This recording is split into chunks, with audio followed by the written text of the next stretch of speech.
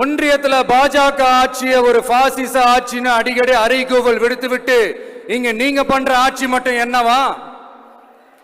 அதுக்கு கொஞ்சம் கூட குறைவில்லாத அதே பாசிச ஆட்சி தானே.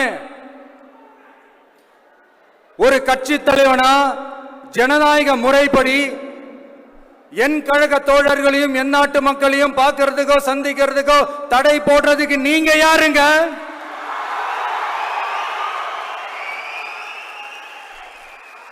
தடையை மீறிய மக்களை பார்க்கணும்னு முடிவு பண்ணிட்டா போயே தீருவேன். சட்டத்தை மதிக்கணும்ன்ற ஒரே காரணத்துக்காக தான் அமைதியா இருக்கிறேன்.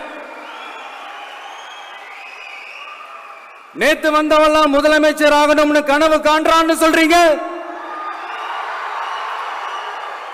அது நடக்கவே நடக்காதுன்னு சொல்றீங்க. அப்புறம் ஏங்க எந்த கட்சிக்கும் இல்லாத நெருக்கடியை தமிழக வெற்றி கழகத்துக்கு மட்டும் போட்டுக்கிட்டே இருக்கிறீங்க?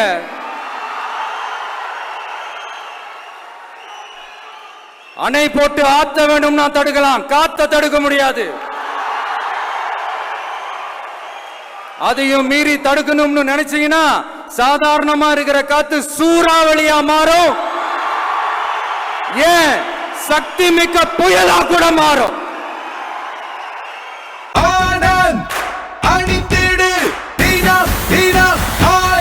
ஆனந்த் ஒரு சுகமான உள்ளாடை.